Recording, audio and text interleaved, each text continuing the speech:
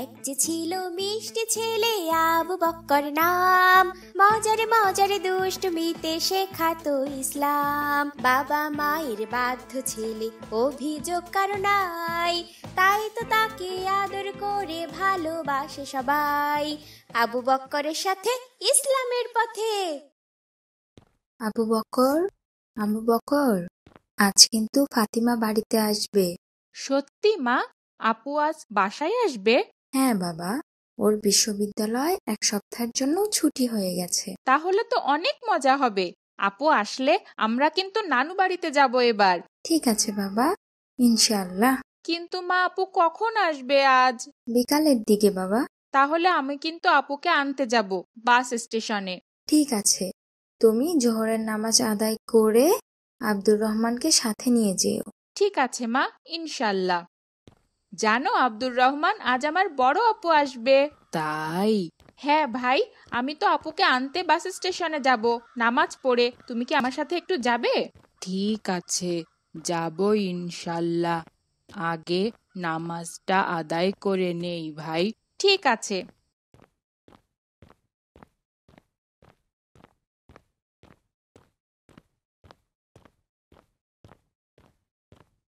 আব্দুর রহমান, তুমি মসজিদে নামাজ পড়া ওই লোকটার সামনে দিয়ে গেলে কেন?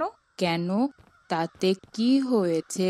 নামাজ পড়া অবস্থায় কোনো ব্যক্তির সামনে দিয়ে এক পাশ থেকে অন্য পাশে যাওয়া তো ভয়ানক পাপ। কই, আমি তো সেটা জানতাম না। হ্যাঁ আব্দুর রহমান, আমাদের নবী করিম সাল্লাল্লাহু আলাইহি ওয়াসাল্লাম বলেছেন, নামাজরত অবস্থায় কোনো ব্যক্তির সামনে দিয়ে যাওয়া যে কতটা ভয়ানক পাপ, সেটা যদি কেউ জানতো তাহলে সেই ব্যক্তি নামাজের সামনে দিয়ে না যেয়ে প্রয়োজনে 40 পর্যন্ত অপেক্ষা করত। তবে আমাদের নবী 40 দিন নাকি 40 মাস নাকি 40 বছর সেটা উল্লেখ করেননি।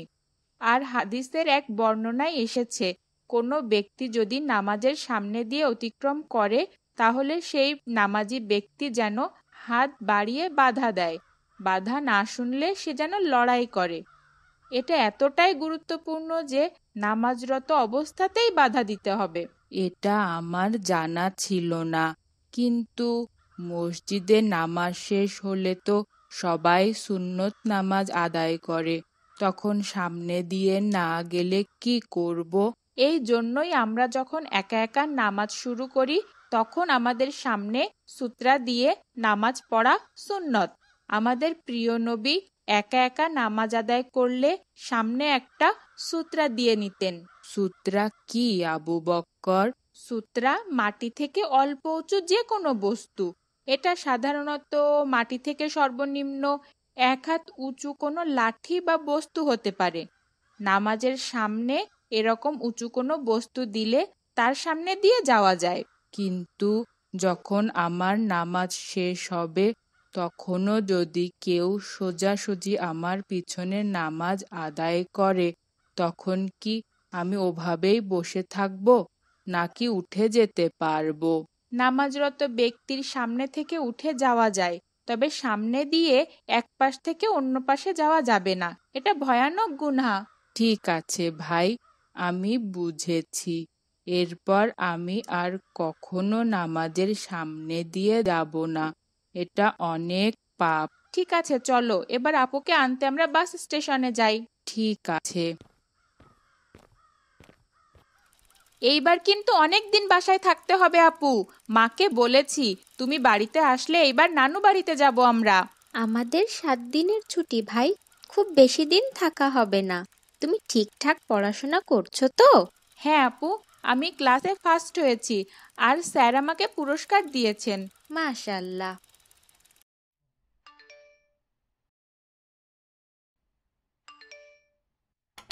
আসসালামু আলাইকুম বাবা, কেমন আছো বাবা? ওয়ালাইকুম আসসালাম মা। আলহামদুলিল্লাহ, আল্লাহ ভালো রেখেছেন। তুমি কেমন আছো মা? আলহামদুলিল্লাহ, আল্লাহ ভালো রেখেছেন। এসো, ভিতরে এসো। মা, মা, দেখো আপু এসেছে। মা ফাতিমা, আমি কিন্তু একটা ব্যাপার অনেক কষ্ট পেয়েছি। কেন বাবা, আমি কি কোনো ভুল করেছি? হ্যাঁ মা, কি করেছি বাবা? তুমি বোরখা পরে আসোনি কেন মা? বাবা, বাইরে অনেক গরম আর বোরখা পরতে ভালো লাগে না আমার। সবাই কি সুন্দর নতুন নতুন ড্রেস পরে বাইরে বের হয়, আর আমার বোরখা পরে বের হতে হয়। আমার ভালো লাগে না। কিন্তু মা, ইসলামে তো পর্দা পালন ফরজ। পর্দা পালন না করলে তো মা, তুমি চরম গুনাহগার হয়ে যাবে। কিন্তু বাবা, আমার তো এই বোরখা পরতে অনেক কষ্ট হয়।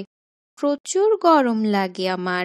নামাজ, রোজা, হজ, জাকাতের মতোই ইসলামে পর্দা একটি সুস্পষ্ট ফরজ বিধান মা। পর্দার গুরুত্ব সম্পর্কে আল্লাহ তাআলা বলেন, হে নবী, আপনি আপনার স্ত্রী, কন্যা ও মুমিন নারীদের বলুন তারা যেন তাদের জিলবাবের এক অংশ নিজেদের উপর টেনে দেয়। এতে তাদেরকে চেনা সহজ হবে, ফলে তাদেরকে উত্ত্যক্ত করা হবে না। এই আয়াতে বোঝানো হয়েছে পর্দার সাথে চলাফেরা করলে সবাই বুঝতে পারবে তারা চরিত্রবান নারী, তখন তাদেরকে উত্ত্যক্ত করার সাহস পাবে না। বাবা, আমার সাথে যারা পড়াশোনা করে ওরা কেউ বোরখা পরে না। আমি বোরখা পরে ওদের সামনে গেলে তো ওরা হাসাহাসি করে। ওরা হয়তো পর্দার গুরুত্ব বোঝে না। পর্দার গুরুত্ব সম্পর্কে বুঝতে পারলে হাসাহাসি তো অনেক পরের ব্যাপার। পর্দা ছাড়া বাড়ির বাইরে বের হওয়ার কল্পনাও করত না। আমাদের রাসূলুল্লাহ সাল্লাল্লাহু আলাইহি সাল্লাম বলেছেন, নারী পর্দাবৃত থাকার বস্তু। যখন সে পর্দাহীন হয়ে বের হয় তখন শয়তান তার দিকে চোখ তুলে তাকায়।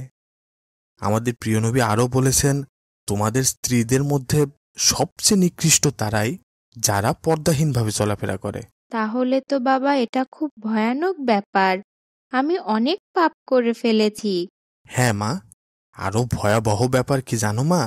পর্দাহীন নারীদের আমাদের প্রিয় নবী লানত দিয়েছেন। রাসূলুল্লাহ সাল্লাল্লাহু আলাইহি সাল্লাম বলেছেন, 3 শ্রেণীর লোক জান্নাতে প্রবেশ করবে না। 1, পিতামাতার অবাধ্যকারী। 2, এমন পুরুষ যারা তার অধীনস্থ নারীদেরকে পর্দায় রাখে না। আর 3, পুরুষের ন্যায় চলাফেরা করা নারী, মানে বেপর্দা নারী। আমি জানতাম না বাবা, এটা এতটা ভয়ানক। তাহলে তো আমি অনেক বড় অন্যায় করে ফেলেছি।